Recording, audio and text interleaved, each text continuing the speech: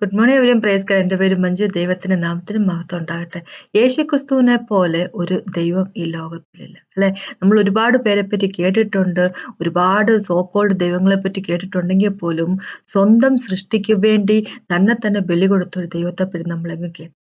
സ്വന്തം സൃഷ്ടിക്ക് വേണ്ടി മനുഷ്യന്റെ രൂപത്തിൽ ഈ ലോകത്തിലേക്ക് വന്ന് തന്നെ ബലി കൊടുത്തുകൊണ്ട് ഉയർത്തെഴുന്നേറ്റ് ഇന്ന് പിതാവിന്റെ വലഭാഗത്ത് ഇരുന്നു കൊണ്ട് യുനോ നമ്മൾക്ക് വേണ്ടി വാദിക്കുന്ന ഒരു ദൈവത്തെ പറ്റി നമ്മൾ കേട്ടിട്ടില്ല, അല്ലെ?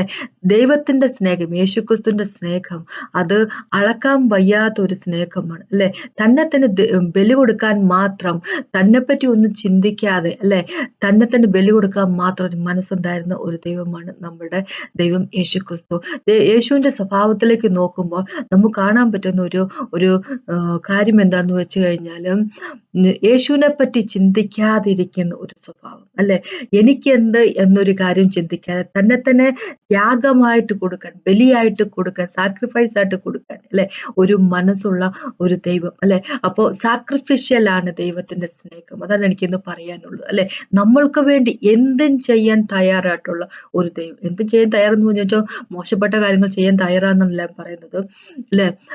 അങ്ങനത്തെ കാര്യമല്ല പറയുന്നത്. പക്ഷെ ദൈവം എന്താ പറയുക, നന്മയിൽ നിന്നുകൊണ്ട്, അല്ലെ, എന്തും ചെയ്ത് നമ്മളെ വീണ്ടെടുക്കാൻ എത്രമാത്രം നമ്മളോട് ക്ഷമിച്ചും പൊറുത്തും, അല്ലെ, എത്രമാത്രം നമ്മൾക്ക് വേണ്ടി കാത്തിരിക്കാം, അത്രമാത്രം നമ്മൾക്ക് വേണ്ടി കാത്തിരിക്കുകയും ചെയ്തുകൊണ്ട് നമ്മളെ നേടിയെടുക്കണം എന്ന തീരുമാനം എടുത്തിരിക്കുന്ന ദൈവമാണ് യേശുക്രിസ്തു. അതിനെപ്പറ്റിയാണ് ഞാൻ പറയാൻ ഉദ്ദേശിക്കുന്നത്. അപ്പൊ മുമ്പോട്ട് പോകുന്നതിന് മുമ്പായിട്ട് നമുക്കൊന്ന് പ്രാർത്ഥിക്കാം. പ്രാർത്ഥിച്ച ശേഷം സംസാരിക്കാം.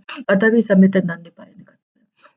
അങ്ങനെ പോലും ദൈവമില്ല, അങ്ങയുടെ സ്നേഹം പോലത്തെ ഒരു സ്നേഹവുമില്ല കർത്താവ്. Thank you Jesus master God. ഞങ്ങൾക്ക് വേണ്ടി ബലിയായി തീർന്ന കർത്താവെ, ഞങ്ങൾക്ക് വേണ്ടി ഈ ലോകത്തിലേക്ക് മനുഷ്യന്റെ രൂപത്തിൽ വന്നതാ. അതിന്റെ ആവശ്യം ഉണ്ടായിരുന്നില്ല അങ്ങക്ക്. അങ്ങക്ക് ഇത്രമാത്രം സഫർ ചെയ്യേണ്ട, സഹിക്കേണ്ട കാര്യം ഒന്നും ഉണ്ടായിരുന്നില്ല. പക്ഷെ ഞങ്ങൾക്ക് വേണ്ടി അതും ചെയ്യാൻ തയ്യാറായിരുന്നു. കാരണം അങ്ങയുടെ മനസ്സിൽ ഒരൊറ്റ കാര്യം മാത്രമേ, ഞങ്ങളെ എങ്ങനെയെങ്കിലും നേടിയെടുക്കുക. അത്രമാത്രം സ്നേഹിക്കുന്നു മനുഷ്യവർഗത്തെ, അത്രമാത്രം സ്നേഹിക്കുന്നു മനുഷ്യവർഗത്തെ, ഇത്രമാത്രം സ്നേഹിക്കുന്ന ഒരു ദൈവമില്ല കർത്താവ്. Lord father God, thank you Jesus master. ഞങ്ങൾ കേട്ടിട്ടില്ല അങ്ങനത്തെ ഒരു ദൈവത്തെ പറ്റി കർത്താവ്. ലോർഡ് ഫാദർ ഗോഡ്, ഞങ്ങൾ കണ്ടിട്ടുമില്ല കർത്താവ്. ലോർഡ് ഫാദർ ഗോഡ്, ഓ മാസ്റ്റർ, അങ്ങക്ക് വേണ്ടി വെയിറ്റ് ചെയ്യുന്നവരുടെ ബിഹാഫിൽ കർത്താവ് വർക്ക് ചെയ്യുന്ന ഒരു ദൈവത്തെ ഞങ്ങൾ ഒരിക്കൽ പോലും കണ്ടിട്ടില്ല കർത്താവ്. ലോർഡ് ഫാദർ ഗോഡ്, വിളിച്ചാൽ കർത്താവ് ഉത്തരം തരുന്ന, ഞങ്ങളുടെ കണ്ണീരൊപ്പം ഞങ്ങളുടെ ഒപ്പം നിൽക്കുന്ന കർത്താവ്, ഞങ്ങളെ രക്ഷിക്കുന്ന ഒരു ദൈവത്തെ ഞങ്ങൾ ഒരിക്കൽ പോലും കണ്ടിട്ടില്ല യേശുവേ. നന്ദി പിതാവ് കർത്താവ്. അങ്ങനെയല്ലാതെ ഞങ്ങൾ വേറെ ആരെയും കണ്ടിട്ടില്ല. അങ്ങ് മാത്രമേ ഞങ്ങളുടെ കൂടെ ഉള്ളൂ. I thank you and praise you master. ഞങ്ങളുടെ കൂടെ എന്നും ഉള്ളതിനായിട്ട് നന്ദി പറയുന്നു. Praise and worship you. യേശുവിന്റെ നാമത്തിൽ ആമേൻ. അപ്പൊ നമുക്ക് ഇന്ന് റോമക്കെഴുതിയ ലേഖനത്തിലേക്ക് പോകാം. പോൾ എഴുതിയ ലേഖനം 5-ാമത്തെ ചാപ്റ്ററിന്റെ 6, 7, 8 വാക്കുകൾ പെട്ടെന്ന് നമുക്കൊന്ന് വായിക്കാം. ഇതിങ്ങനെയാണ് പറഞ്ഞിരിക്കുന്നത്. ഇങ്ങനെ പറഞ്ഞ് റോമക്കെഴുതിയ ലേഖനത്തിന്റെ 5-ന്റെ 6, 7, 8 ഇങ്ങനെ പറഞ്ഞ്, നാം ബലഹീനർ ആയിരിക്കുമ്പോൾ തന്നെ ക്രിസ്തു തക്ക സമയത്ത് അഭക്തർക്കു വേണ്ടി മരിച്ചു. നീതിമാനു വേണ്ടി ആരെങ്കിലും മരിക്കുന്നത് ദുർലഭം, ഗുണവാനു വേണ്ടി പക്ഷെ മരിപ്പാൻ തുനിയുമായിരിക്കും. ക്രിസ്തുവോ നാം പാപികളായിരുന്നപ്പോൾ തന്നെ നമുക്ക് വേണ്ടി മരിക്കയാൽ ദൈവം തനിക്ക് നമ്മോടുള്ള സ്നേഹത്തെ പ്രദർശിപ്പിക്കുന്നു. അപ്പൊ ദൈവം നമ്മളോടുള്ള സ്നേഹത്തെ പ്രദർശിപ്പിച്ചത് എങ്ങനെയാന്ന് വെച്ച് കഴിഞ്ഞാൽ തന്നെ ബലി കൊടുത്തുകൊണ്ട്. അതാണ് ദൈവത്തിന്റെ ഒരു സ്റ്റൈല്, അല്ലെ? നമ്മള് മറ്റുള്ളവരോടുള്ള സ്നേഹം, നമ്മള് മനുഷ്യരുടെ സ്നേഹം സ്വാർത്ഥപരമായിട്ടുള്ള സ്നേഹമാണ്, അല്ലെ? എന്ന് വെച്ച് കഴിഞ്ഞാല് നമ്മളെ സ്നേഹിക്കണം എന്നുള്ള ഒരു ഉദ്ദേശത്തോട് അങ്ങനെ ഒരു അജണ്ട വെച്ചുകൊണ്ടാണ് നമ്മൾ എല്ലാവരെയും അങ്ങോട്ട് സ്നേഹിക്കുന്നത്, അല്ലെ? എന്നെ ആരും സ്നേഹിച്ചില്ലെങ്കിലും വലിയ കുഴപ്പമൊന്നും, എന്നാലും ഞാൻ മറ്റുള്ളവരെ സ്നേഹിക്കാൻ പോകുന്നൊന്നും ഒരു വ്യക്തിയും പറയത്തില്ല. നമ്മൾ നമ്മുടെ കുഞ്ഞുങ്ങളെ സ്നേഹിക്കുന്നത്, നമ്മുടെ കുടുംബത്തിലെ ഓരോരുത്തരെ സ്നേഹിക്കുന്ന, അവരെല്ലാം നമ്മുടെ കൂടെ നിൽക്കും എന്നുള്ളൊരു ഒരു ധാരണ വെച്ചുകൊണ്ടാണ്, അല്ലെ? കുഞ്ഞുങ്ങളെ സ്നേഹിക്കുന്ന, അവരെ വളർത്തിക്കൊണ്ട് വരുന്ന, അവർക്ക് നല്ല ജോലി കിട്ടണം എന്നുള്ളത്, അവർക്ക് നല്ല ജീവിതം വേണമെന്ന് ആഗ്രഹിക്കുന്നതോടൊപ്പം തന്നെ അവര് നമ്മുടെ വയസ്സായ കാലത്ത് നമ്മളുടെ ഒപ്പം നിൽക്കണം, നമ്മളെ നോക്കണം എന്നുള്ളൊരു ആഗ്രഹം കൊണ്ടാണ്, അല്ലെ? എന്ന് വെച്ച് കഴിഞ്ഞാൽ മനുഷ്യന്റെ സ്നേഹം എന്ന് പറഞ്ഞാൽ ഒരു പരിധി വരെ സ്വാർത്ഥതയുള്ളൊരു സ്നേഹമാണ്. പക്ഷെ യേശുക്രിസ്തു അങ്ങനെയല്ല, ഒരു സ്വാർത്ഥതയും ഇല്ലാത്ത സ്നേഹമാണ്, അല്ലെ? സ്വാർത്ഥത ഇല്ലാത്ത സ്നേഹം കാണണമെങ്കിൽ ക്രോസ് ഓഫ് കാൽവറിയിലേക്ക് നോക്കിയാൽ മാത്രം മതി. സ്നേഹത്തിനൊരു സിമ്പൽ ഉണ്ടെങ്കിൽ, സ്നേഹം ഇതാണെന്ന് പറയണമെങ്കിൽ, ഇതാണ് സ്നേഹത്തിന്റെ സിമ്പിൾ എന്ന് പറയുന്ന ക്രോസ് ഓഫ് കാൽവറിയിൽ യേശു ക്രിസ്തു മരിച്ചു കിടക്കുന്ന സിമ്പിളാണ്, അല്ലെ? സ്നേഹത്തിന്റെ സിമ്പിൾ. അല്ലാതെ നമ്മൾ ഇങ്ങനെ വാലന്റൈൻസ് ഡേയിലൊക്കെ കാണുന്ന ഈ ചുവന്ന ഹൃദയത്തിന്റെ പിക്ചർ, അതൊന്നും അല്ല സ്നേഹം എന്ന് പറഞ്ഞാൽ, അല്ലെ? അതെല്ലാം മനുഷ്യൻ ഉണ്ടാക്കിയിരിക്കുന്ന പിക്ചറാണ്. അങ്ങനെയാണെങ്കിൽ പോലും ഹൃദയത്തിന്റെ പിക്ചറാണ് പോലും ആ ഹൃദയത്തിന്റെ ഉടമ യേശു ക്രിസ്തുവാണ് അല്ലെ? ഞാൻ എന്താ പറയാൻ വെച്ചെന്ന് വെച്ച് കഴിഞ്ഞാല് തന്നെ തന്നെ ബലി കൊടുക്കാൻ തയ്യാറായിട്ടുള്ള ദൈവം അല്ലെ? വേറെ ഒന്നിനെയും ബലി കൊടുക്കാൻ ദൈവം തയ്യാറായിരുന്നില്ല. തന്നെ തന്നെ ബലി കൊടുക്കുക ദൈവം ചെയ്തിരിക്കുന്നത് അല്ലെ? വേറെ ഒന്നിനും കൊണ്ട് ഒരു വ്യക്തിന്റെ ആത്മാവിനെ വീണ്ടെടുക്കാൻ സാധിക്കത്തില്ല. ദൈവത്തിന്റെ രക്തം കൊണ്ടല്ല, യേശുക്രിസ്തുവിന്റെ രക്തം കൊണ്ടല്ലാതെ വേറെ ഒരു വ്യക്തിക്ക് വേറെ ഒരു കാര്യം കൊണ്ട് ഒരു വ്യക്തിന്റെ ആത്മാവിനെ വീണ്ടെടുക്കാൻ സാധിക്കത്തില്ല. കാരണം ഒരു വ്യക്തിന്റെ ആത്മാവിന്റെ വിലയെന്ന് പറഞ്ഞാൽ ഈ ലോകത്തിനേക്കാളും വളരെ കൂടുതലാണ്. അതുകൊണ്ടാണ് ദൈവം പറഞ്ഞിരിക്കുന്നത്, ഈ ലോകത്തെ മൊത്തം കിട്ടിയിട്ടും ഒരു വ്യക്തിന്റെ ആത്മാവ് നഷ്ടപ്പെട്ടു പോയിട്ട് അതുകൊണ്ട് എന്ത് പ്രയോജനമാണുള്ളത് അല്ലെ? ആ ഒരു ആത്മാവിന് ഈ ലോകത്തിനേക്കാളും വിലയാണ് ദൈവം ഇട്ടിരിക്കുന്നത് അല്ലെ? ദൈവത്തിന്റെ കണ്ണിലുള്ള വിലയെപ്പറ്റി അപ്പൊ ദൈവം പറയുന്നത് അല്ലെ? ദൈവത്തിന്റെ കണ്ണിൽ നമ്മുടെ ഓരോ വ്യക്തികളുടെ ആത്മാവിന് ഈ ലോകത്തിനേക്കാളും വിലയാണ്. ദൈവത്തിന്റെ കണ്ണില് ഈ എന്താ പറയാ, നമ്മുടെ ആത്മാവിന് നമ്മൾ ഓരോരുത്തർക്കും ഉള്ള വിലയെന്ന് പറഞ്ഞു കഴിഞ്ഞാല് ദൈവം സൃഷ്ടിച്ച സകലതിനേക്കാളും വിലയാണ്. അതുകൊണ്ട് തന്നെയാണ് ആ അമൂല്യമായിട്ടുള്ള നമ്മൾക്ക് സംബന്ധിച്ചിടത്തോളം നമുക്ക് വലിയ വിലയായിട്ടൊന്നും തോന്നില്ല. പക്ഷെ ദൈവത്തെ സംബന്ധിച്ചിടത്തോളം മനുഷ്യവർഗം എന്ന് പറഞ്ഞാൽ അത്രയധികം അമൂല്യമായിട്ടുള്ള ആളുകളാണ് അല്ലെ? അത്രയധികമാണ് ദൈവം വില കൊടുക്കുന്നതെന്ന് ചുരുക്കം അല്ലെ? ആ വ്യക്തികൾക്ക് വേണ്ടി തന്നെ തന്നെ ബലി കൊടുത്തുകൊണ്ട് ദൈവം നമ്മളെ വീണ്ടെടുത്തിരിക്കുകയാണ്. നമ്മൾ മനസ്സിലാക്കുക, അവന്റെ സ്നേഹം എന്ന് പറഞ്ഞാൽ അതിന്റെ ആഴം എത്രയാന്ന് നമ്മൾ എപ്പോഴെങ്കിലും ഒന്ന് മനസ്സിലാക്കാൻ ശ്രമിച്ചു നോക്കുക അല്ലെ?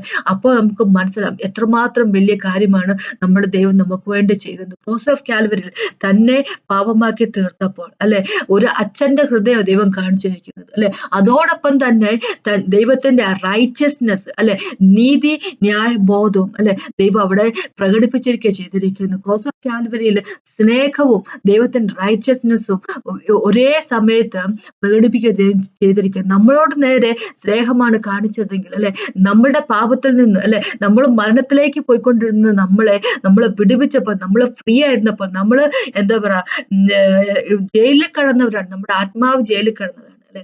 എന്ന് വെച്ച് കഴിഞ്ഞാൽ നമ്മള് ഒരിക്കലും മോചനമില്ല, പാപത്തിന്റെ പിടിയിലായിരുന്നു നമ്മളെ അല്ലെ, വിടുവിക്കുക ചെയ്യുക ക്രോസ് ഓഫ് കാൽവറി. അപ്പൊ അതേപോലെ തന്നെ ദൈവം തന്റെ റൈച്ചസ്നെസ്സും എന്താ പറയുക അവിടെ ക്രോസ് ഓഫ് കാൽവരിയില് ദൈവം കാണിക്കുകയോ ചെയ്തു അല്ലെ? നമ്മളോട് കരുണ കാണിച്ചു, നമ്മളോട് സ്നേഹം കാണിച്ചു ദൈവം. അപ്പൊ ദൈവത്തിന്റെ സ്നേഹവും ദൈവത്തിന്റെ കരുണയും എല്ലാം മേഴ്സി അല്ലെ, എല്ലാം ബേസ്ഡ് ആയിരിക്കുന്നത് യേശുക്രിസ്തുവിന്റെ മരണത്തിലാണ് അല്ലെ?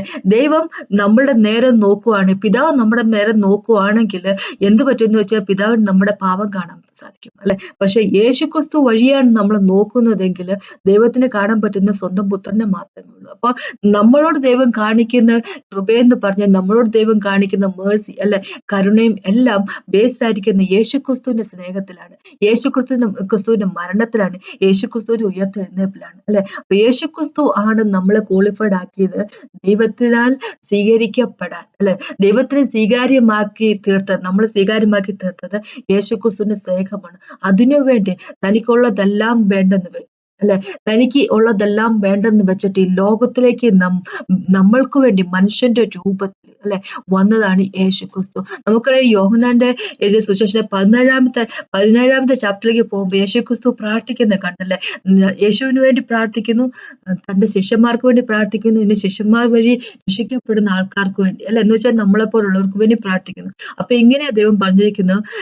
5-ാം വാക്ക് യോഹന്നാന്റെ 17:5 ഇങ്ങനെ പറഞ്ഞിരിക്കുന്നു, ഇപ്പോൾ പിതാവേ, ലോകം ഉണ്ടാകുന്നതിന് മുമ്പേ എനിക്കും നിന്റെ അടുക്കൽ ഉണ്ടായിരുന്ന മഹത്വത്തിൽ എന്നെ നിന്റെ അടുക്കൽ മഹത്വപ്പെടുത്തണമേ, ഉണ്ടായിരുന്ന മഹത്വത്തിൽ എന്നെ നിന്റെ അടുക്കൽ മഹത്വപ്പെടുത്തണമേ. എന്ന് വെച്ചു കഴിഞ്ഞാല് ലോകം ഉണ്ടാകുന്നതിന് മുമ്പ് യേശുവിനുണ്ടായിരുന്ന മഹത്വം, ആ മഹത്വം വേണ്ടെന്ന് വെച്ചിട്ടാണ് യേശു ലോകത്തിലേക്ക് വന്നത്. യേശുവിനെ പറ്റി പറയുവാണെങ്കിൽ ലോകാരംഭത്തിന് മുമ്പേ ക്രൂശിക്കപ്പെട്ട ബലി കൊടുക്കപ്പെട്ട കുഞ്ഞാടാണ് യേശുക്രിസ്തു അല്ലെ? തന്റെ മഹത്വം വേണ്ടെന്ന് വെച്ചുകൊണ്ട് തന്റെ മരണം വഴിയാണ് അല്ലെ യേശുക്രിസ്തു ലോകത്തെ മൊത്തം സൃഷ്ടിച്ചിരിക്കുന്നത്, നമ്മളെ എല്ലാം സൃഷ്ടിച്ചിരിക്കുന്നത് അല്ലെ? അപ്പൊ ആ ഒരു മഹത്വം, തനിക്ക് ഉണ്ടായിരുന്ന മഹത്വം എനിക്ക് തരണമേ എന്ന് പറയും. അപ്പൊ എത്രമാത്രം എന്താ പറയുക, നമ്മൾക്ക് വേണ്ടി സഹിച്ചു അല്ലെ, എത്രമാത്രം ത്യാഗം ചെയ്തു നമ്മുടെ ദൈവം എന്ന് വിചാരിച്ചു. അങ്ങനെയാണ്, അതാണ് ദൈവത്തിന്റെ സ്നേഹം. അതിനെപ്പറ്റിയാണ് എനിക്ക് എന്താ പറയാനുള്ളത്. ദൈവത്തിന്റെ സ്നേഹം എന്ന് പറഞ്ഞാൽ ദൈവത്തിന്റെ കരുണ എന്ന് പറഞ്ഞു കഴിഞ്ഞാൽ, ദൈവത്തിന്റെ കൃപ, നമ്മുടെ നേരെയുള്ള കൃപ എന്ന് പറഞ്ഞാൽ എക്സ്ട്രീം എൻഡ് ആണ്. എക്സ്ട്രീം എൻഡ് ആണ് ദൈവം, അല്ലെ? സ്നേഹം എന്ന് പറഞ്ഞു കഴിഞ്ഞാല് ഞാൻ എന്താ പറയുക, ഞാനല്ല, താൻ തന്നെ തന്നെ ബലി കൊടുക്കാൻ തയ്യാറായിട്ടുള്ള ഒരു സ്നേഹമാണ് ദൈവത്തിന് നമ്മളോട് ഉള്ളത്, അല്ലെ? തന്റെ മേഴ്സിക്ക്, തന്റെ കൃപയ്ക്ക് നമ്മളെ പാത്രമാക്കുന്നതിന് വേണ്ടി തന്നെ തന്നെ ബലി കൊടുക്കാൻ മനസ്സുള്ള ഒരു മനസ്സാണ് നമ്മുടെ ദൈവത്തിന് നമ്മളോട് ഉള്ളത്, അല്ലെ? അതുകൊണ്ടാണ് തന്നെ തന്നെ എന്താ പറയുക, ക്രോസ് ഓഫ് കാൽവരിയിൽ എല്ലാരും മുമ്പിൽ, അല്ലെ, വിവസ്ത്രനായി, യേശുക്രിസ്തു വിവസ്ത്രനായിരുന്നു ക്രോസ് ഓഫ് കാൽവരിയിൽ. നമ്മളെപ്പോലെ നല്ല ചുരിദാർ ഒന്നും, അല്ലെങ്കിൽ നല്ല പാൻസും കോട്ടിട്ടൊന്നും ആയിരുന്നില്ലല്ലോ. എല്ലാവരുടെയും മുമ്പിൽ, അല്ലെ, നഗ്നനായിട്ട് നമ്മുടെ ദൈവം നിന്നത് എന്തിനാണ് വേണ്ടി? നമ്മൾക്ക് വേണ്ടി, അല്ലെ? വിശന്നുകൊണ്ട് ദാഹിച്ചുകൊണ്ട്, അല്ലെ, എല്ലാവരുടെയും മുമ്പിൽ എന്താ പറയുക, ഒരു പരിഹാസത്തിന്റെ പാത്രം നിന്ന് എന്തിനാ നമ്മളെ കാണിക്കാൻ, നീ എനിക്ക് ഇത്ര മാത്രം വിലപ്പെട്ടതാണെന്ന് കാണിക്കുന്നതിന് വേണ്ടി, നിന്നെ നേടിയെടുക്കുന്നതിന് വേണ്ടി ഞാൻ ഏതറ്റം വരെ പോകും എന്ന് ദൈവം കാണിക്കുമായിരുന്നു നമ്മളോട് ചെയ്ത്. അതാണ് യേശുക്രിസ്തുവിന്റെ സ്നേഹം, അല്ലെ? ഇങ്ങനെയാണ് ദൈവം നമ്മളോടുള്ള സ്നേഹം കാണിച്ചത് എന്നാണ് പറയുന്നത്. അപ്പൊ യോഹന്നാൻ സുവിശേഷന്റെ 3-ാമത്തെ ചാപ്റ്ററിലേക്ക് പോകുമ്പോൾ ഇങ്ങനെ പറഞ്ഞിരിക്കുന്നത്, അല്ലെ, തന്റെ ഏകജാതനെ പുത്രനിൽ വിശ്വസിക്കുന്ന ഏവനും നശിച്ചു പോകാതെ നിത്യജീവൻ പ്രാപിക്കേണ്ട ദൈവം അവനെ നൽകുവാൻ തക്കവണ്ണം ലോകത്തെ സ്നേഹിച്ചു. അതിനു മുമ്പ് 14-ാം 15-ാമത്തെ വാക്ക് ഇങ്ങനെ പറഞ്ഞിരിക്കുന്നു, മോശെ മരുഭൂമിയിൽ സർപ്പത്തെ ഉയർത്തിയതുപോലെ മനുഷ്യപുത്രനും ഉയർത്തേണ്ടതാകുന്നു, അവനിൽ വിശ്വസിക്കുന്ന ഏവനും നിത്യജീവൻ പ്രാപിക്കേണ്ടത് തന്നെ, അല്ലെ? അപ്പോ പിന്നെ പറഞ്ഞത്, തന്റെ എന്താ പറയുക, ഏകജാതന പുത്രനിൽ വിശ്വസിക്കുന്ന ഏവരും നശിച്ചു പോകാതെ നിത്യജീവൻ പ്രാപിക്കേണ്ടത് ദൈവം അവനെ നൽകുവാൻ തക്കവണ്ണം ലോകത്തെ സ്നേഹിച്ചു. അപ്പൊ നമ്മള് ഇംഗ്ലീഷ് ബൈബിളിലേക്ക് പോകുമ്പോൾ ന്യൂ ലിവിങ് ട്രാൻസ്ലേഷൻ എന്നൊരു വേർഷൻ എടുത്ത് നമ്മൾ വായിക്കുവാണെങ്കിൽ അവിടെ ഇങ്ങനെയാ പറഞ്ഞിരിക്കുന്നത്, this is how God love the world, അല്ലെ? നമ്മള് മിക്കവാറും ട്രാൻസ്ലേഷൻ എടുത്ത് വായിക്കുമ്പോൾ KJV, NKJV അങ്ങനെയുള്ള എന്താ പറയുന്നത് വേർഷൻസ് ഒക്കെ എടുത്ത് വായിച്ചു നോക്കുമ്പോൾ ഇങ്ങനെ പറയും, ദൈവം the God so love the world എന്ന് പറഞ്ഞിരിക്കുന്നത്. അങ്ങനെയാണ് നമ്മൾ മിക്കവാറും തന്നെ എല്ലാവരും തന്നെ ബൈഹാർട്ട് ചെയ്ത് വെച്ചിരിക്കുന്ന ഈ വാക്ക്. പക്ഷെ ഇത് ന്യൂ ലിവിങ് ട്രാൻസ്ലേഷനിൽ ഇങ്ങനെ പറഞ്ഞിരിക്കുന്നത്, this is how God love the world. ഇങ്ങനെയാണ് ദൈവം ലോകത്തെ സ്നേഹിച്ചത് എന്ന് പറഞ്ഞത്. എങ്ങനെയാണ് സ്നേഹിച്ചത്? തന്റെ മകനെ ബലി കൊടുത്തുകൊണ്ട്, അല്ലെ? നമ്മളോടുള്ള എന്താ പറഞ്ഞ ദൈവത്തിന്റെ ആധിക്യം ഉള്ള സ്നേഹം ദൈവം കാണിച്ചത് എങ്ങനെ? തന്റെ മകനെ ബലി കൊടുത്തുകൊണ്ടാണ്, അല്ലെ? ദൈവത്തിന്റെ സ്നേഹം ദൈവം പ്രകടിപ്പിച്ചത് പിതാവും പുത്രനും ഒന്നാണെങ്കിൽ തന്നെ തന്നെ ബലി കൊടുത്തുകൊണ്ട്, ദൈവത്തെ തന്നെ ബലി കൊടുത്തുകൊണ്ടാണ് ഇവിടെ നമ്മളെ സ്നേഹിച്ചിരിക്കുന്നത്. അതാണ് നമ്മുടെ ദൈവത്തിന്റെ സ്നേഹം എന്ന് പറഞ്ഞു കഴിഞ്ഞാൽ, അല്ലെ? അപ്പൊ ഞാൻ ഇന്ന് പറയുന്നത് എന്താന്ന് വെച്ച് കഴിഞ്ഞാല്, നമുക്കറിയാം 1 കൊരിന്ത്യരിലെ 13-ാമത്തെ ചാപ്റ്ററിലേക്ക് പോകുമ്പോൾ ദൈവം എഴുതിയിട്ടുണ്ട് എന്താണ് സ്നേഹം എന്നതിനെ പറ്റി. 4 തൊട്ട് 7 വരെയുള്ള വാക്കുകൾ വായിക്കുമ്പോൾ നമുക്കറിയാം എത്രമാത്രം സ്നേഹത്തെ പറ്റി ദൈവം ഇങ്ങനെ പറഞ്ഞിട്ടുണ്ട്. ലോങ് സഫറിങ് ആണ്, അല്ലെ, എന്ന് പറഞ്ഞിരിക്കുന്നുണ്ട്. പിന്നെ എന്താ പറയുക, hope for all, bears all things എന്ന് പറഞ്ഞിട്ട് എല്ലാം സഹിക്കാൻ തയ്യാറായിട്ടുള്ള ഒരു ദൈവം, അത് എല്ലാം സഹിക്കാൻ തയ്യാറായിട്ടുള്ളതാണ് സ്നേഹം എന്ന് പറഞ്ഞിരിക്കുന്നത്. അപ്പൊ അവിടെ ദൈവം സ്നേഹത്തെ പറ്റി പറഞ്ഞിരിക്കുന്നത്, അത് എന്തിനെ പറ്റി പറഞ്ഞിരിക്കുന്നത്? ദൈവത്തിന്റെ യേശുക്രിസ്തുവിന്റെ സ്നേഹത്തെ പറ്റിയാണ് പറഞ്ഞിരിക്കുന്നത്. അല്ലാതെ നമ്മുടെ ആരുടെയെങ്കിലും സ്നേഹം അങ്ങനെ എന്താ പറയുക, എല്ലാം സഹിക്കാൻ തയ്യാറായിട്ടുള്ള സ്നേഹമാണ്, അങ്ങനെയൊന്നുമില്ല, അല്ലെ? അപ്പൊ ഇവിടെ ഇങ്ങനെ പറഞ്ഞിരിക്കുന്നത്, സ്നേഹം ദീർഘമായി ക്ഷമിക്കുകയും ദയ കാണിക്കുകയും ചെയ്യും. സ്നേഹം സ്പർദ്ധിക്കുന്നില്ല, സ്നേഹം നിഗളിക്കുന്നില്ല, ചീർക്കുന്നില്ല, അയോഗ്യമായി നടക്കുന്നില്ല, സ്വാർത്ഥം അന്വേഷിക്കുന്നില്ല, ദേഷ്യപ്പെടുന്നില്ല, ദോഷം കണക്കിടുന്നില്ല, അനീതിയിൽ സന്തോഷിക്കാൻ സത്യത്തിൽ സന്തോഷിക്കുന്നു, എല്ലാം പൊറുക്കുന്നു, എല്ലാം വിശ്വസിക്കുന്നു, എല്ലാം പ്രത്യാശിക്കുന്നു, എല്ലാം സഹിക്കുന്നു, അല്ലെ? സ്നേഹം എല്ലാം പൊറുക്കുന്നു, സ്നേഹം എല്ലാം സഹിക്കുന്നു, സ്നേഹം എല്ലാം വിശ്വസിക്കുന്നു, അനീതിയിൽ സന്തോഷിക്കുന്നില്ല, സ്നേഹം നിഗളിക്കുന്നില്ല, അയോഗ്യമായി നടക്കുന്നില്ല, സ്വാർത്ഥം അന്വേഷിക്കുന്നില്ല, ദേഷ്യപ്പെടുന്ന ദോഷം കണക്കിടുന്നില്ല. ഇത് സ്നേഹത്തെ പറ്റിയാണ് പറഞ്ഞിരിക്കുന്നത്. പക്ഷേ നമുക്കറിയാം, അങ്ങനെ ഒരു സ്നേഹം എന്ന് പറഞ്ഞാൽ ആ സ്നേഹത്തിന് ഒരൊറ്റ പേര് മാത്രമേ ഉള്ളൂ. സ്നേഹം എന്നല്ല അതിന്റെ പേര്, യേശുക്രിസ്തു എന്ന പേര്, അല്ലെ? നമ്മളെ അയോഗ്യരാക്കാൻ താല്പര്യമില്ലാത്ത ഒരു സ്നേഹം, ആ സ്നേഹം അത് ദൈവം മാത്രമാണ്, അല്ലെ? അതാണ് അവന്റെ സ്നേഹം. അവൻ മാത്രമാണ് സ്നേഹം. യേശുക്രിസ്തു മാത്രമാണ് സ്നേഹം. അപ്പൊ എനിക്കിന്ന് പറയാനുള്ളത് എന്താന്ന് വെച്ച് കഴിഞ്ഞാല്, ക്രോസ് ഓഫ് കാൽവറി ദൈവം ചെയ്ത സാക്രിഫൈസ്, ദൈവത്തിന്റെ യേശുവിന്റെ സ്വഭാവത്തിലേക്ക് നോക്കുമ്പോൾ നമുക്കൊരു കാര്യം കാണാൻ പറ്റും. ഞാൻ നേരത്തെ പറഞ്ഞ പോലെ ഭയങ്കര സാക്രിഫിഷ്യൽ ആയിട്ടുള്ള സ്നേഹമാണ്, അല്ലെ? നമ്മളെ എങ്ങനെ എന്ത് വില കൊടുത്തും നമ്മളെ വിക്ടോറിയസ് ആക്കണം, നമ്മളെ ജയിപ്പിക്കണം എന്നൊരു ഒരു മനസ്സുള്ള ഒരു ദൈവമാണ്, അല്ലെ? എങ്ങനെയാണെന്ന് പറഞ്ഞാലും എത്ര പാപം ചെയ്തെന്ന് പറഞ്ഞാലും ദൈവത്തിന്റെ അടുത്തേക്ക് നമ്മൾ ചെല്ലാൻ ക്ഷമ ചോദിക്കാൻ തയ്യാറുള്ള മനസ്സുണ്ടെങ്കിൽ ആ നിമിഷം നമ്മളോട് സ്നേഹിക്കുന്ന ദൈവമാണ്. നമ്മളെ നമ്മളോട് ക്ഷമിക്കുന്ന ദൈവം, നമ്മൾ സ്നേഹിക്കാൻ ശ്രമിക്കുകയും ചെയ്ത ദൈവമാണ്. എന്തുകൊണ്ടാന്ന് വെച്ച് കഴിഞ്ഞാല് അവിടെ നമ്മളെ ജയിപ്പിക്കണം എന്നൊരു താല്പര്യമുള്ള ദൈവം, അല്ലെ? ക്രോസ് ഓഫ് കാൽവറിയിൽ അത് തന്നെ കാണിച്ച് തന്റെ ജീവൻ കൊടുത്ത് നമ്മളെ ജയിപ്പിക്കണം, അല്ലെ? നമ്മുടെ പാപത്തിൽ നിന്ന് നമ്മൾ മുക്തി വരുത്തിക്കൊണ്ട് നമ്മളെ ജയിപ്പിക്കണം, വിക്ടോറിയസ് ആക്കണം എന്ന് മനസ്സുള്ള ഒരു ദൈവം. എത്ര എൻഡ് വരെ വേണമെങ്കിലും പോകാൻ താല്പര്യമുള്ള ദൈവം. അത് ഒരാൾക്ക് വേണ്ടി മാത്രമേ മരിക്കേണ്ട ആവശ്യമുണ്ടായിരുന്നുള്ളെങ്കിൽ അയാൾക്കും വേണ്ടി ഈ ലോകത്തിലേക്ക് വന്നു, അല്ലെ? നമ്മളെ ആ ആളെ വീണ്ടെടുക്കുന്ന ആ സ്നേഹം, അതാണ് സ്നേഹം. ദൈവം ഒരു തീരുമാനം എടുത്തു, ഞാൻ ഈ വ്യക്തികളെ സ്നേഹിക്കാൻ പോവുകയാണ്, അല്ലെ? ഞാൻ ഇവരെ ജയിപ്പിക്കുക തന്നെ ചെയ്യും. ഞാൻ ഇവരെ പിശാചിന് മുമ്പിൽ ജയിപ്പിക്കുക തന്നെ ചെയ്യും, അല്ലെ? പിശാചിനെ ഇവരെ ഇവരെ ഇവരെ എത്രമാത്രം പിശാച് കഷ്ടപ്പെടുത്തി അവന്റെ മുമ്പിൽ അവർക്ക് വേണ്ടി ഒരു മേശ ഒരുക്കാൻ ഞാൻ തീരുമാനം എടുത്തിരിക്കുകയാണ്. എന്റെ മക്കളെ ഞാൻ ജയിപ്പിക്കുക തന്നെ ചെയ്യും.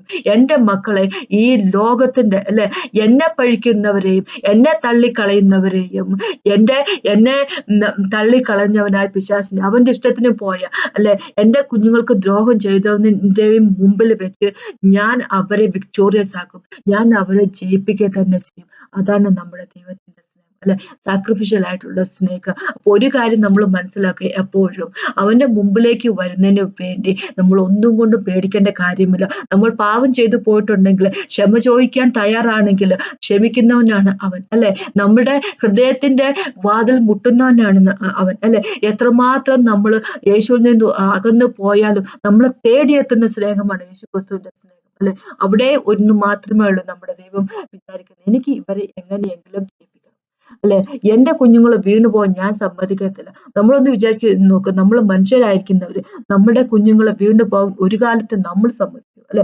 ഒരു കാലത്ത് നമ്മൾ സമ്മതിക്കത്തില്ല നമ്മുടെ കുഞ്ഞുങ്ങൾ നഷ്ടപ്പെട്ടു പോകാൻ, അവര് എവിടെയെങ്കിലും പരാജയപ്പെട്ടു പോകാൻ നമ്മൾ സമ്മതിക്കത്തില്ല. അത് തന്നെയാണ് ദൈവം യേശു ക്രിസ്തുവിന്റെ ആറ്റിറ്റ്യൂഡ്, അല്ലെ? തന്റെ ക്രിയേഷനെ, തന്റെ സൃഷ്ടി നശിച്ചു പോകാൻ, തന്റെ സൃഷ്ടിയെ തോറ്റുപോകാൻ സമ്മതിക്കാത്ത ദൈവം. അങ്ങനെ ഒരു ദൈവം ഉണ്ടെങ്കിൽ, അങ്ങനെ ഒരു സ്നേഹം ഉണ്ടെങ്കിൽ അത് യേശു ക്രിസ്തുവിന്റെ സ്നേഹം മാത്രം, അല്ലെ? അപ്പൊ അതിനെപ്പറ്റി എനിക്ക് പറയാനുള്ളൂ. അപ്പൊ അവൻ നമ്മളെ ഇത്രമാത്രം സ്നേഹിക്കുമ്പോൾ, അല്ലെ, സാക്രിഫിഷ്യൽ ആയിട്ട് സ്നേഹിക്കുമ്പോൾ, ഇത്രമാത്രം തന്നെ ത്യജിച്ചുകൊണ്ട് സ്നേഹിക്കുമ്പോൾ നമുക്കും തിരിച്ച് സ്നേഹിക്കാം, അല്ലെ? അതിനെപ്പറ്റിയാണ് ഞാൻ പറയുന്നത്. നമ്മുടെ ഉള്ളിൽ സ്വാർത്ഥത ഉണ്ടാകാതിരിക്കട്ടെ. നമ്മുടെ ഉള്ളിൽ എനിക്ക് ഇതൊന്നും പറ്റത്തില്ല, എനിക്ക് എന്റെ ജീവിതമാണ് വലുത് എന്നുള്ളൊരു തീരുമാനം നമ്മുടെ ഉള്ളിൽ ഉണ്ടാകാതിരിക്കട്ടെ, അല്ലെ? നമുക്ക് ഉള്ളതെല്ലാം കൊടുത്തിട്ട് നമുക്ക് സ്നേഹിക്കും. അവൻ നമ്മളെ സ്നേഹിക്കുന്ന പോലെ തന്നെ നമ്മൾക്ക് അവനെയും സ്നേഹിക്കാം. നമ്മൾ വീക്കായിരുന്നപ്പോൾ, നമ്മൾ ബലഹീനരായിരുന്നപ്പോൾ, നമുക്കൊരു ഒരു ക്വാളിഫിക്കേഷനും ഇല്ലായിരുന്ന സമയത്ത്, നമ്മള് ഒന്നിനും കൊള്ളാത്തവരായിരുന്നപ്പോൾ, അല്ലെ, നമ്മള് വീണ്ടെടുത്തവനാണ്, അല്ലെ? നമ്മള് പാപികളായിരുന്ന സമയത്തായിരുന്നു നമ്മളെ വീണ്ടെടുത്തവനാണ്. പാപികളായിരുന്ന സമയത്തായിരുന്നു നമുക്ക് ജീവിതം തന്നവനാണ്, അല്ലെ? നമ്മളെ വാഷ് ചെയ്ത് വെള്ളം കൊണ്ടല്ല, അല്ലെ, നമ്മളെ വീണ്ടെടുത്തത് എന്താ പറയുക, നശിച്ചു പോകുന്ന സ്വർണം കൊണ്ടോ വെള്ളി കൊണ്ടോ അല്ല. അതൊന്നും അവൻ നിന്നില്ല, അല്ലെ? നമ്മൾ വേണമെങ്കിൽ വെള്ളം കൊണ്ട് വാഷ് ചെയ്തെടുത്താൽ മതിയായിരുന്നു, അല്ലെ? നമ്മളെ വേണേ സ്വർണം കൊണ്ടോ വെള്ളി കൊണ്ടോ അല്ലെങ്കിൽ ആട്ടുകൊറ്റന്മാരുടെ അല്ലെങ്കിൽ കാളയുടെ രക്തം കൊണ്ടോ നമ്മളെ വീണ്ടെടുത്താൽ മതിയായിരുന്നു. അല്ലെങ്കിൽ ഒരു സെന്റൻസ് പറഞ്ഞാൽ മതിയായിരുന്നു, അല്ലെ? ഇവര് രക്ഷിക്കപ്പെടട്ടെ എന്നൊരു സെന്റൻസ് അങ്ങ് പറഞ്ഞാൽ മതിയായിരുന്നു. പക്ഷെ അതിലൊന്നും മുദ്രാതെ, അല്ലെ, നശിച്ചു പോകുന്ന ഒരു കാര്യം കൊണ്ടുമല്ല, ഒരു ടെമ്പററി ആയിരിക്കുന്ന ഒരു കാര്യം കൊണ്ടുമല്ല നമ്മൾ വീണ്ടെടുത്ത്, സ്വന്തം രക്തം കൊണ്ട്, അല്ലെ, സ്വന്തം ജീവിതം കൊടുത്ത് വീണ്ടെടുത്തിരിക്കുകയാണ് യേശു ക്രിസ്തു. അതാണ് അവന്റെ സ്നേഹം, അല്ലെ? അതിനെപ്പറ്റിയാണ് എനിക്കിത് പറയാനുള്ളത്. അപ്പൊ നമ്മൾ ഇത്രമാത്രം സ്നേഹിക്കുന്ന അവന് നമുക്കുള്ളതെല്ലാം കൊടുക്കാം, അല്ലെ? ശരിക്കും നമുക്കുള്ളതെന്ന് പറയാൻ ഒന്നും തന്നെ ഇല്ല. നമ്മുടെ ജീവിതം അവനിൽ നിന്ന് വന്നിരിക്കുന്നതാണ്, അല്ലെ? അപ്പൊ അത് കംപ്ലീറ്റ് ആയിട്ട് നമുക്ക് അവന്റെ കയ്യിലേക്ക് കൊടുക്കാം, അല്ലെ? ആ സാക്രിഫിഷ്യൽ ലവ്. അപ്പൊ ഒരു കാര്യം എപ്പോഴും മനസ്സിലാക്കിയിരുന്നാൽ മാത്രം മതി. നമ്മൾ പരാജയപ്പെട്ടു എന്ന് തോന്നുന്ന ഒരു സ്ഥലത്ത്, അല്ലെ, നമ്മൾ പലപ്പോഴും നമുക്കറിയാം, നമ്മുടെ ജീവിതത്തിൽ നമ്മൾക്ക് പലപ്പോഴും നമ്മൾ ഫേസ് ചെയ്തിരിക്കുന്ന ഒരു കാര്യം, ഞാൻ തോറ്റുപോയി എന്നൊരു തോന്നലുണ്ടാകുന്ന സ്ഥലത്ത്, അല്ലെ, എന്നെ കൊണ്ട് ഒന്നിനും കൊള്ളത്തില്ല എന്ന് എപ്പോഴെങ്കിലും നമുക്ക് തോന്നിയിട്ടുണ്ടെങ്കിൽ, അല്ലെ? പിശാച് ഇടുന്നത് കാര്യം അത്. കാരണം അങ്ങനെ ഒരു തോന്നല് നമ്മുടെ മനസ്സിലേക്ക് പിശാച് ഇടുന്നത്. കാരണം നമ്മൾക്ക് തോക്കാൻ സാധിക്കത്തില്ല. എന്തുകൊണ്ടാണ് തോക്കാൻ സാധിക്കാതിരിക്കുന്നത് വെച്ച് കഴിഞ്ഞാല് നമ്മളെ ജയിപ്പിക്കണം തീരുമാനം എടുത്തിരിക്കുന്ന ഒരാളുണ്ട് യേശുക്രിസ്തു. അല്ലെ? അപ്പൊ നമ്മളെ ജയിപ്പിക്കണം എന്നൊരു തീരുമാനം യേശുക്രിസ്തു എടുത്തിട്ടുണ്ടെങ്കിൽ നമ്മൾ ഒരിക്കൽ പോലും തോറ്റു പോകത്തില്ല.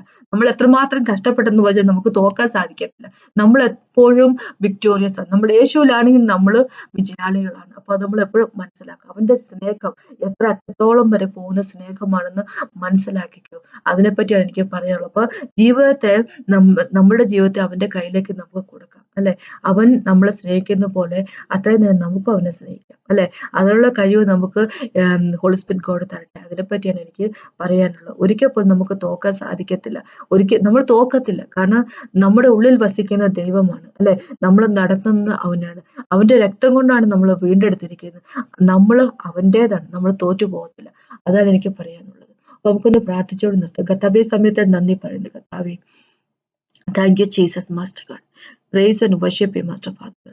ഞങ്ങളെ എന്നും വിക്ടോറിയസ് ആയിട്ട്, എന്നും ഞങ്ങൾ വിജയാളികളായിട്ട് കർത്താവ് നിർത്തുന്നതിന് നന്ദി പറയുന്നു കർത്താവേ. ഇതിനൊന്നും ഞങ്ങൾ അർഹരല്ല. പക്ഷെ അങ്ങയുടെ രക്തം കൊണ്ട് ഞങ്ങൾ അർഹരാക്കിയിരിക്കുകയാണ് കർത്താവേ. ഞങ്ങൾക്ക് ഇതൊരു അവകാശം തന്നിരിക്കുന്നു കർത്താവ്. അങ്ങക്ക് വേണ്ടി ആ സ്വർഗ്ഗത്തിൽ അങ്ങ് സൂക്ഷിക്കുന്നു കർത്താവേ. ഞങ്ങളെ തേടിയെത്തുന്നതിനായിട്ട് നന്ദി പറയുന്നു കർത്താവേ. ഞങ്ങൾക്ക് ഫ്രീ ആയിട്ട് ഞങ്ങളെ രക്ഷപ്പെടുത്തിയിരിക്കുന്നു കർത്താവ്. ഞങ്ങളൊന്നും ചെയ്തിട്ട് ഞങ്ങൾക്കൊന്നും ചെയ്താലും ഞങ്ങളെ തന്നെ വീണ്ടെടുക്കാൻ സാധിക്കത്തില്ല കർത്താവ്. ഞങ്ങളുടെ പ്രവൃത്തി ഒന്നും കർത്താവേ അതിന് മതിയാവുന്നതല്ല കർത്താവേ. എന്നാലും അങ്ങയുടെ സ്നേഹം ഞങ്ങളെ തേടിയെത്തിയതിനായിട്ട് നന്ദി പറയുന്നു. നന്ദി പിതാവേ. യേശുവേ നന്ദി പിതാവേ. എന്നെ കേട്ടുകൊണ്ടിരിക്കുന്ന ഓരോ വ്യക്തികളോർത്ത് പ്രാർത്ഥിക്കുന്നു കർത്താവേ. അനുഗ്രഹിക്കണമെന്ന് അപേക്ഷിക്കുന്നു യേശുവിൻ നാമത്തിൽ. ഇത് കേട്ട ഞാൻ ദൈവത്തിനാമത്തിൽ മഹത്വം ഉണ്ടാകട്ടെ.